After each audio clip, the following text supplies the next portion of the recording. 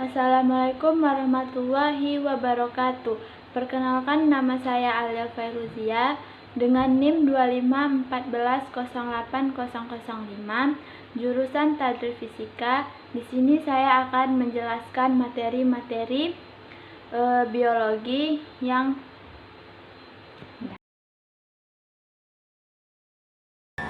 Terus lihat diri kamu sekarang. Satu hal yang paling jelas terlihat adalah perbedaan tinggi kamu. Betul gak? Tahukah kamu salah satu faktor pertambahan tinggi badan seseorang adalah karena sel di dalam tubuh mengalami peningkatan. Tanpa sadar, sebenarnya sel akan melakukan pembelahan dan terus bekerja untuk memperbaiki sel-sel yang rusak. Secara kasat mata, kita nggak bisa melihat mereka bekerja. Ya iyalah, sel itu kan unit terkecil penyusun tubuh makhluk hidup. Nah, sebenarnya siapa sih yang menemukan sel dan apa saja teori-teori tentang sel? Ayo kita simak video berikut ini sampai selesai ya. Sel pertama kali ditemukan oleh seorang ilmuwan Inggris bernama Robert Hooke pada tahun 1665. Saat itu, Hooke mengamati sayatan gabus dari batang tumbuhan yang sudah mati menggunakan mikroskop sederhana. Ia menemukan adanya ruang-ruang kosong yang dibatasi dinding tebal dan menamakannya dengan istilah selule, artinya sel. Kemudian penemuan tentang sel berkembang lagi ketika ilmuwan asal Belanda bernama Antonie van Leeuwenhoek merupakan orang pertama yang menemukan sel hidup. Ia mengamati air rendaman jerami menggunakan sebuah mikroskop kecil berlensa tunggal dan menemukan organisme yang bergerak-gerak di dalam air. Kemudian ia menyebutnya sebagai bakteri. Sejak saat itu, beberapa ilmuwan berlomba-lomba untuk mengetahui lebih banyak tentang sel. Kemudian lahirlah teori-teori tentang sel. Beberapa teori tentang sel diantaranya adalah sel merupakan kesatuan atau unit struktural makhluk hidup. Ilmuwan yang mencetuskan teori tentang sel ini ada dua ilmuwan, yaitu Jacob Schleiden, ahli botani berkebangsaan Jerman, dan Theodor Schwann, di mana Jacob Schleiden itu mengamati sel tumbuhan, sedangkan Theodor Schwann mengamati sel hewan.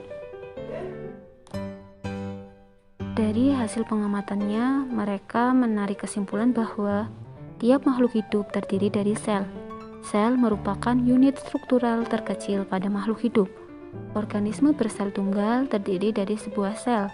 Organisme lain yang tersusun lebih dari satu sel disebut organisme bersel banyak. Teori tentang sel selanjutnya adalah sel sebagai unit fungsional makhluk hidup yang dikemukakan oleh Max Schulz.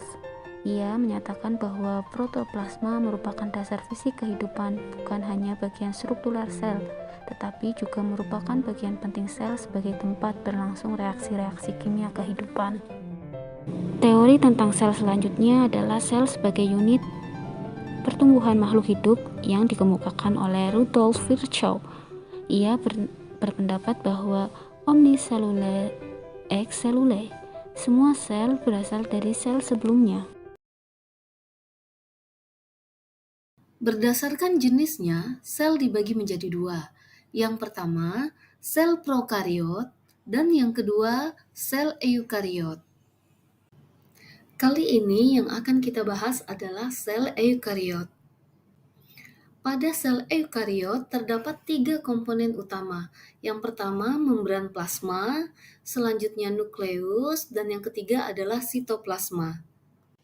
Membran plasma merupakan bagian terluar sel yang terdiri atas lapisan protein dan lapisan lipid. Nah, mengenai membran plasma ini, kalian bisa melihat video YouTube saya sebelumnya yang berjudul Komponen Kimiawi Sel. Linknya nanti akan saya letakkan pada deskripsi. Nukleus atau yang biasa kita kenal sebagai inti sel terdiri atas 3 bagian. Bagian yang pertama adalah membran inti yang bentuknya berpori sehingga memungkinkan terjadinya pertukaran zat antara membran inti dengan sitoplasma. Bagian kedua adalah nukleoplasma, yaitu cairan berbentuk gel yang mengandung banyak ion, protein, enzim, nukleotida, dan benang-benang kromatin. Benang-benang kromatin yang memendek, menebal, dan mudah menyerap zat warna inilah yang kemudian disebut sebagai kromosom. Kromosom memiliki fungsi untuk menyimpan untaian DNA yang terikat pada protein dasar yang dikenal dengan histon. Bagian ketiga adalah nukleolus atau anak inti, terdiri dari kumpulan gen yang memberi kode RNA ribosom. Nukleolus terbentuk pada saat terjadi proses sintesis transkripsi atau sintesis RNA di dalam inti sel. Bagian ketiga dari sel yaitu sitoplasma.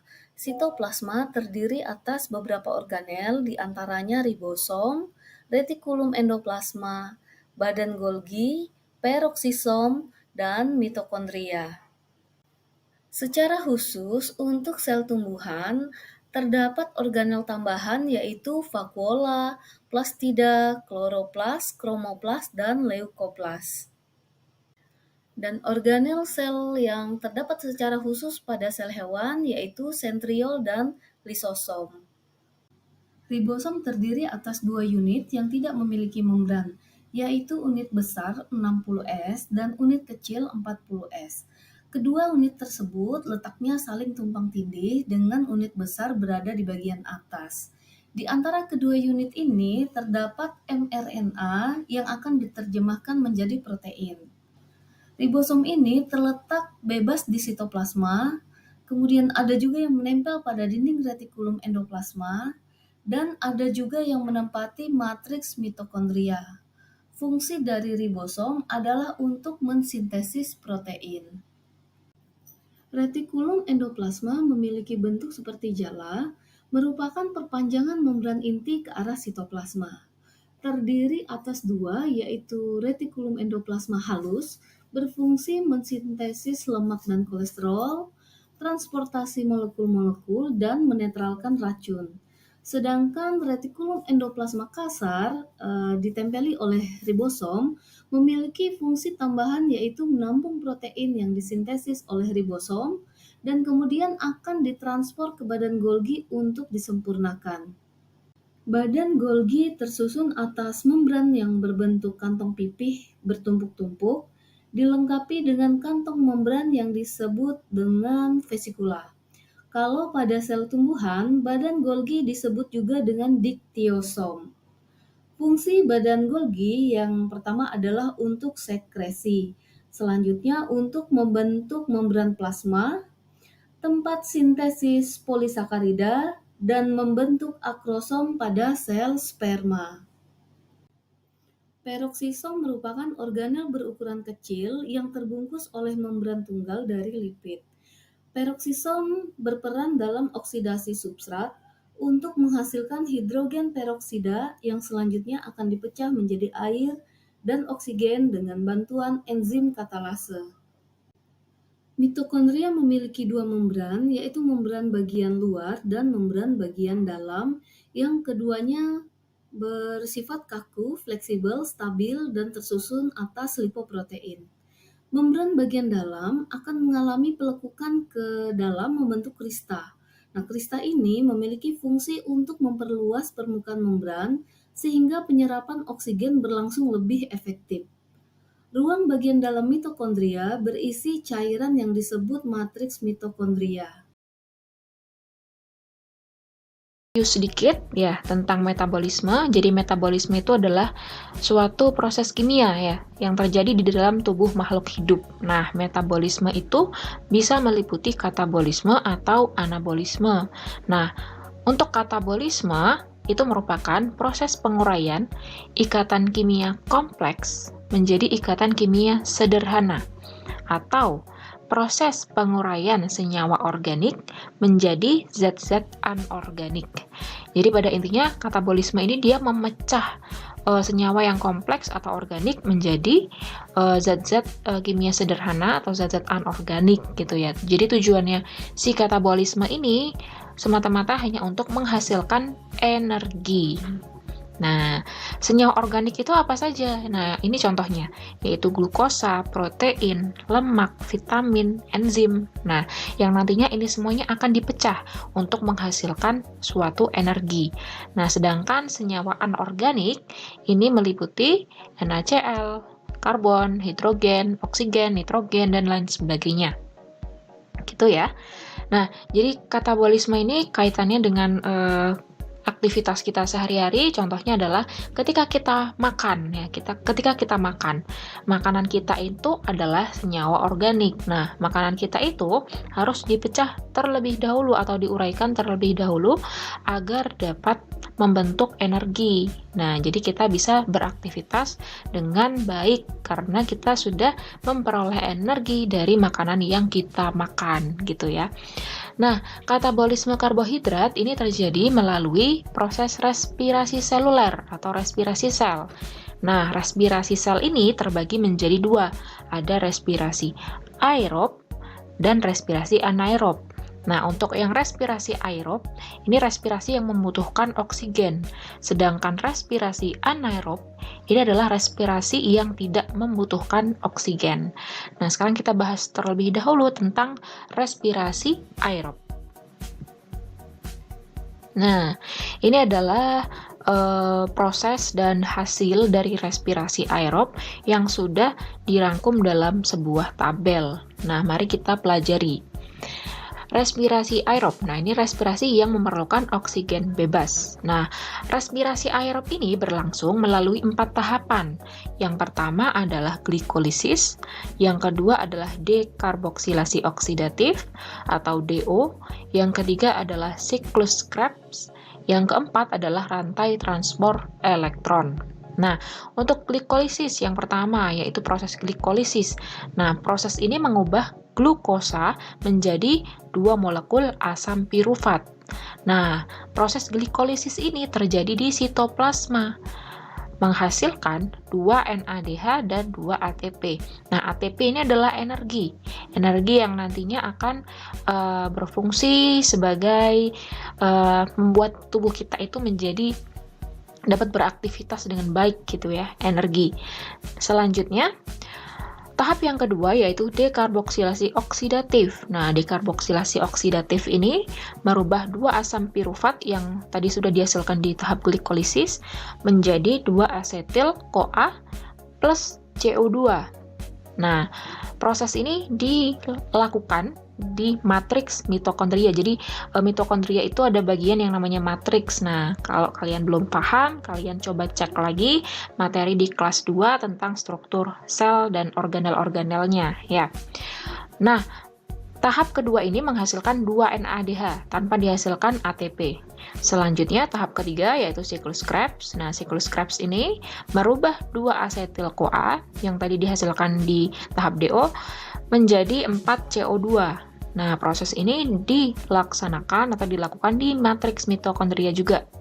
Nah, hasilnya adalah 6 NADH, 2 FADH2, dan 2 ATP.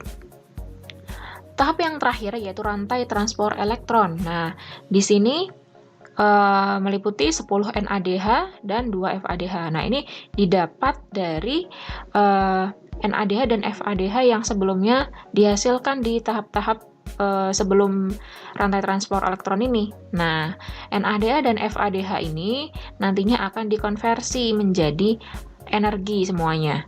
Jadi untuk 10 NADH itu menjadi 30 ATP dan 2 FADH2 itu menjadi 4 ATP. Nah, bagaimana cara konversinya? Nah, kalian harus tahu bahwa 1 NADH itu sama dengan 3 ATP. Jadi, ketika kita mendapatkan 10 NADH, itu artinya setara dengan 30 ATP. Sedangkan untuk 1 FADH2, ini setara dengan 2 ATP.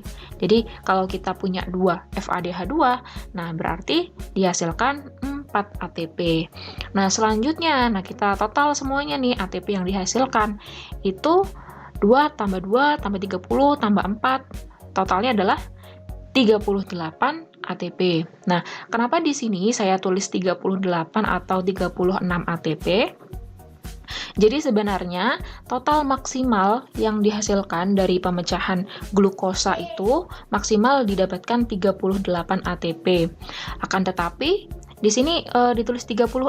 Jadi sebenarnya 2 ATP ini nanti akan digunakan kembali untuk proses glikolisis. Jadi glikolisis ini membutuhkan 2 ATP untuk menjalankan prosesnya, begitu ya. Makanya di sini ditulis 38 atau 36 ATP. Bagaimana? Jelas? Nah, sepertinya cukup kompleks ya, tapi jangan khawatir. Nah, di sini saya punya trik untuk menghafalkan seluruh proses ini gitu ya. Kalian bisa pakai singkatan glidosikte. Gli itu adalah glikolisis, do itu adalah dekarboksilasi oksidatif, sik adalah siklus Krebs, dan T adalah rantai transport elektron. Nah, glidosikte. Dan ATP yang dihasilkan yaitu urutannya sebagai berikut. 2, 0, 2, 34. Sedangkan NADH garing FADH2 yaitu 2, 2, 6 atau 2 dan 0. Jadi maksudnya 6 ini adalah NADH-nya dan 2 ini adalah FADH2-nya. Gitu ya. Jadi kalian akan lebih mudah menghafalkan proses ini. Oke. Kita lanjut ke respirasi anaerob. Nah, di sini respirasi anaerob ini respirasi yang tidak memerlukan oksigen. Jadi respirasi aerob ada yang salah ya. Jadi respirasi anaerob ini berlangsung melalui 2 jalur, yaitu glikolisis. Nah, yang kedua itu optional. Jadi bisa pembentukan alkohol atau pembentukan asam laktat ya. Yang pertama glikolisis. Nah, tadi diingat-ingat glikolisis ini mengubah glukosa menjadi molekul apa coba? Ingat nggak? Oke, benar. Jadi glikolisis ini mengubah glukosa menjadi 2 asam pirufat. Nah, 2 asam pirufat ini nantinya akan diproses. Bisa jadi pembentukan alkohol, bisa dibentuk menjadi asam laktat. Ya, tergantung nanti prosesnya seperti apa gitu ya. Nah, untuk pembentukan alkohol, jadi ini tadi glukosa diubah menjadi etanol atau C2H5OH plus 2CO2 dan 2 ATP. Nah, jadi ATP yang dihasilkan dalam respirasi anaerob ini jauh lebih sedikit daripada respirasi aerob ya. Nah, contoh organisme yang melakukan fermentasi alkohol ini adalah ragi. Yang kedua, bisa diubah menjadi asam laktat. Nah, prosesnya adalah sebagai berikut. Glukosa diubah menjadi 2 asam laktat plus 2 ATP. Contoh organisme yang melakukan fermentasi asam laktat adalah bakteri asam susu yang menyebabkan asamnya susu gitu ya. Jadi kalian bisa lihat, kalian bisa bandingkan ya, respirasi aerob tadi itu dihasilkan dalam satu molekul glukosa itu dapat dihasilkan maksimal 38 ATP, sedangkan untuk respirasi anaerob itu hanya dihasilkan 2 ATP saja gitu ya. Oke.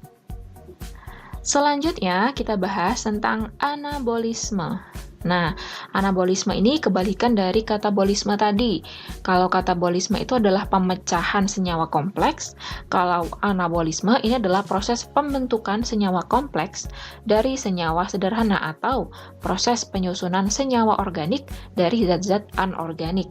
Nah, anabolisme karbohidrat itu ada 2.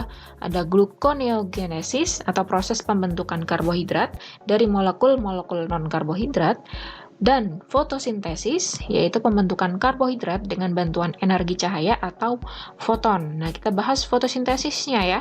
Terdiri dari 2 proses. Yang pertama ada reaksi terang, yang kedua ada reaksi gelap.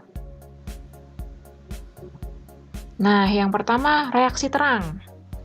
Nah, reaksi terang ini terjadi pada tilakoid atau grana di kloroplas. Nah, kalian harus tahu strukturnya kloroplas ini seperti apa ya. Kalian bisa cek lagi di materi kelas 2 tentang sel ya. Terjadi di grana kloroplas. Nah, Pada reaksi terang ini terjadi proses fotolisis. Nah, fotolisis ini apa? Fotolisis ini adalah pemecahan air sehingga dihasilkan oksigen. Jadi oksigen dihasilkan dari pemecahan H2O. Nah, kalian bisa lihat di sini ada H2O mengalami proses sehingga dihasilkan oksigen, gitu ya. Reaksi tergantung pada cahaya untuk mengubah energi cahaya menjadi energi kimia berupa ATP dan NADPH. Nah, selain dihasilkan oksigen, di proses ini juga dihasilkan ATP dan NADPH. Oke, lanjut. Nah, selanjutnya adalah reaksi gelap. Reaksi gelap ini terjadi pada stroma kloroplas, ya. Kemudian, reaksi yang dapat atau bukan harus berlangsung dalam gelap karena enzim-enzim untuk fiksasi CO2 pada stroma kloroplas tidak memerlukan cahaya tetapi memerlukan ATP dan NADPH yang dihasilkan dari reaksi terang, gitu ya. Nah, pada reaksi gelap ini membutuhkan CO2 ya, membutuhkan CO2 dan ATP serta NADPH untuk menghasilkan gula atau glukosa dan menghasilkan NADP+ dan ADP. Nah, NADP+ dan ADP ini dibutuhkan untuk proses reaksi terang, gitu ya. Sedangkan reaksi gelap ini membutuhkan ATP, NADPH, dan CO2.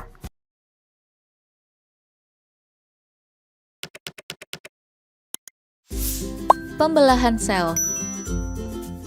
Mengapa rambut dan kuku kita bisa bertambah panjang atau mengapa kulit yang terluka bisa sembuh? Dua peristiwa tadi merupakan bukti kalau sel-sel tubuh kita dapat membelah. Bagaimana cara sel membelah? Pembelahan sel dapat terjadi secara langsung atau tidak langsung. Pembelahan sel secara langsung disebut dengan amitosis. Amitosis terjadi pada bakteri untuk membentuk bakteri baru. Kromosom pada bakteri akan berduplikasi dan terbagi dua. Kemudian membran sel membelah menjadi dua sel anakan yang identik. Pembelahan sel secara tidak langsung bisa dengan cara mitosis atau meiosis. Kedua cara tersebut harus melalui beberapa fase atau tahapan. Pembelahan mitosis bertujuan untuk memperbanyak sel atau memperbaiki sel yang rusak. Mitosis akan menghasilkan dua sel anakan yang jumlah kromosom dan sifatnya identik dengan sel induk. Jika kromosom sel induk diploid, maka sel anakan juga diploid. Pembelahan mitosis adalah bagian dari siklus sel. Mitosis didahului oleh interfase yang mendominasi siklus sel. Interfase dimulai dari fase G1 di mana ukuran sel bertambah besar. Dilanjutkan dengan fase S di mana terjadi sintesis dan replikasi DNA. Dan terakhir fase G2 di mana organel-organel sel sudah terbentuk dan sel siap untuk membelah. Setelah interfase, pembelahan mitosis pun dimulai. Pertama, tahap profase. Benang-benang kromatin di dalam inti sel memadat menjadi kromosom. Kemudian kromosom berduplikasi dan membran inti menghilang. Kemudian tahap metafase. Kromosom berjajar di bidang ekuatorial. Selanjutnya tahap anafase. Masing-masing kromatid bergerak ke arah kutub yang berlawanan. Kemudian tahap telofase, kromosom di masing-masing kutub kembali menjadi kromatin dan membran inti mulai terbentuk kembali. Terakhir, tahap sitokinesis yaitu sitoplasma membelah. Jadi, untuk setiap satu sel yang mengalami mitosis akan menghasilkan dua sel anakan. Pembelahan meiosis bertujuan untuk membentuk sel-sel gamet. Meiosis terjadi dalam dua tahap, yaitu meiosis 1 dan meiosis 2. Meiosis akan mereduksi jumlah kromosom sel induk menjadi setengahnya. Jika kromosom sel induk diploid, maka sel anakan menjadi haploid. Sifat sel anakan hasil meiosis juga tidak identik dengan induknya karena terjadi rekombinasi genetik di salah satu tahapannya. Meiosis diawali dengan tahap interfase, di mana DNA bereplikasi. Kemudian masuk ke profase 1, fase terpanjang dalam meiosis. Profase 1 terdiri dari 5 tahap. Pertama, leptoten, benang kromatin memadat menjadi kromosom. Kedua, zigoten, kromosom homolog berpasangan dan membentuk sinapsis. Ketiga, pakiten, kromosom homolog berduplikasi menjadi tetrat. Keempat, diploten, pasangan kromosom homolog membentuk kiasma yang memungkinkan terjadinya rekombinasi genetik. Dan kelima, diakinesis, membran inti mulai menghilang. Profase 1 kemudian dilanjutkan dengan metafase 1, di mana kromosom tetrat berjejer di bidang ekuatorial membentuk dua barisan kromosom. Kemudian pada anafase 1, pasangan kromosom homolog terpisah karena bergerak ke arah kutub yang berlawanan. Pada telofase dan sitokinesis 1, kromosom homolog berada di kedua kutub dan sitoplasma membelah menjadi 2 sel anakan. Pada akhir meiosis 1, kromosom sel induk yang diploid sudah tereduksi menjadi 2 sel anakan yang haploid. Setelah meiosis 1 selesai, ada jenis sel yang langsung masuk ke meiosis 2 atau mengalami dulu fase interkinesis. Fase pada meiosis 2 pun hampir sama, dimulai dari profase 2, lalu kromosom berjejer dalam satu barisan, kemudian kromatid terpisah, dan terakhir sitoplasma membelah. Jadi untuk setiap satu sel yang mengalami meiosis akan menghasilkan 4 sel anakan. Pembelahan mitosis dan meiosis dapat terjadi pada gametogenesis atau proses pembentukan sel gamet. Gametogenesis pada hewan dan manusia terdiri dari spermatogenesis untuk menghasilkan sel sperma dan oogenesis untuk menghasilkan sel telur atau ovum. Pada spermatogenesis, sel induk dan spermatogonium memperbanyak selnya dengan cara mitosis. Spermatogonium kemudian membesar dan menduplikasi kromosomnya membentuk spermatosit primer. Spermatosit primer mengalami pembelahan meiosis 1 menjadi spermatosit sekunder. Kemudian lanjut meiosis 2 menghasilkan 4 spermatid. Spermatid mengalami pematangan membentuk 4 sel spermatozoa. Oogenesis memiliki sel induk yang disebut ogonium. Ogonium memperbanyak selnya dengan mitosis. Ogonium menduplikasi kromosomnya menjadi oosit primer. Oosit primer kemudian mengalami meiosis 1 menjadi oosit sekunder dan badan polar. Keduanya kemudian mengalami meiosis 2. Oosit sekunder menghasilkan ootit dan badan polar, sedangkan badan polar menghasilkan 2 badan polar lainnya. Di akhir oogenesis terbentuk 1 ovum yang matang dan 3 badan polar yang terdegenerasi.